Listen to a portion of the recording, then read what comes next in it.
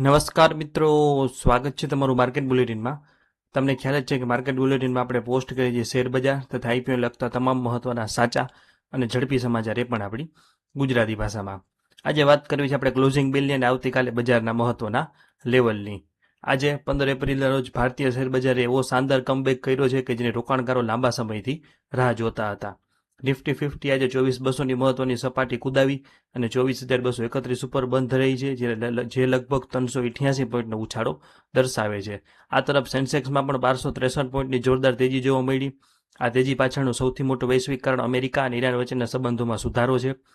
શાંતિ વાટાઘાટોની આશા વધતા કાચા તેલના ભાવમાં ઘટાડો થયો છે. ભારત જેવા દેશ માટે અને શેર બજાર માટે ખૂબ જ પોઝિટિવ સમાચાર છે. આજે માર્કેટમાં બ્રોડ બેઝ બાઇંગ જોવા મળ્યું, એટલે કે લગભગ દરેક સેક્ટરમાં રોકાણકારોએ ખરીદી કરી છે. ખાસ કરીને આઈટી, કેપિટલ ગુડ્સ, રિયલ્ટી અને ઓઇલ એન્ડ ગેસ સેક્ટરમાં 2% જેટલો વધારો જોવા મળ્યો હતો. મિડ કેપ અને સ્મોલ કેપ ઇન્ડેક્સમાં તો બેન્ચમાર્ક ઇન્ડેક્સ કરતાં પણ વધુ તેજી જોવા મળી છે. મિત્રો, આજની તેજીની તાકાત તમે એ વાત પરથી સમજી શકો છો કે બીએસસી ઉપર 150થી વધુ સ્ટોકે આજે તેમની 52 અઠવાડિયાની નવી ઊંચાઈ સપાટી એટલે કે લાઈફ ટાઈમ હાઈની નજીક પહોંચ્યા છે. જેમાં Tata power, Adani energy, Titan, Indian bank અને હિન્દાલ્કો જેવા દિગ્ગજ શેરોમાં ભારે લેવાલી જોવા મળી હતી.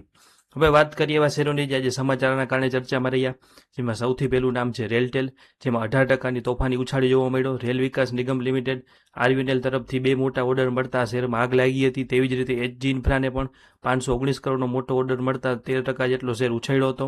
ઇન્સ્યોરન્સ સેક્ટરમાં આઈસીઆઈસીઆઈ પ્રુડેન્શિયલ લાઈફના પરિણામો ખૂબ જ સારા આવ્યા છે. તેમના ચોથા ક્વાર્ટરના નફામાં 62%નો જંગી વધારો થયો છે. તો બીજી તરફ ઉજ્જીવન સ્મોલ ફાઇનાન્સ બેંકના રોકાણકારો માટે નિરાશાજનક સમાચાર હતા, કારણ કે આરબીઆઈ તેમની યુનિવર્સલ બેંક લાયસન્સની અરજી પરત કરી દેતા શેર 4% જેટલો ગગડ્યો હતો. ટેકનિકલ ચાર્ટ એનાલિસિસ શું કહે છે? તો મિત્રો, તમે જો ચાર્ટ જોશો તો ખ્યાલ આવશે કે નિફ્ટીએ તેના તાજેતરના લો લેવલથી લગભગ 2100 પોઈન્ટની મોટી રિકવરી કરી છે. જુદા જુદા એક્સપર્ટ મુજબ 23 ફેબ્રુઆરી પછી આ પહેલીવાર નિફ્ટી 50 દિવસની એટલે કે એક્સપોનેન્શિયલ મૂવિંગ એવરેજની ઉપર 50 દિવસની એક્સપોનેન્શિયલ મૂવિંગ એવરેજની ઉપર બંધ આપવામાં સફળ થઈ છે. આ એક ખૂબ જ મજબૂત સંકેત છે કે માર્કેટ હવે તેજીના મોડમાં આવી ગયું છે. આરએસઆઈ પણ નીચેથી ઉપર તરફ જઈ રહી છે, જે સૂચવે છે કે બજારમાં મોમેન્ટમ મજબૂત છે. દરેક ઘટાડે ખરીદી કરવાની એક સારી તક ટેકનિકલ ચાર્ટ ઉપર દેખાઈ રહી છે. હવે વાત કરીએ આવતીકાલની, તો હવે સૌથી મહત્વનો સવાલ કે આવતીકાલે એટલે કે 16 એપ્રિલે શું થશે? તો નિફ્ટી માટે 24,050થી 24,070ની રેન્જ હવે એક લક્ષ્મણ રેખા જેવું મજબૂત સપોર્ટ બની ગઈ છે. જ્યાં સુધી નિફ્ટી આ લેવલની ઉપર છે ત્યાં સુધી ખાસ કોઈ ચિંતા જેવું દેખાતું નથી. ઉપરની તરફ 24,350થી 24,400 એક અવરોધ એટલે કે રેઝિસ્ટન્સ ઝોન છે. જો નિફ્ટી આવતીકાલે 24,400ની ઉપર સસ્ટેન કરે છે તો તૈયાર થઈ જાવ મિત્રો, આપણને ખૂબ જ જલ્દીથી 24,550 સુધીના લેવલ પણ જોવા મળી શકે છે. તો ખાસ નોંધ લેજો કે આ વિડીયોમાં આપેલી માહિતી માત્ર એજ્યુકેશન અને ન્યૂઝ હેતુ માટે છે.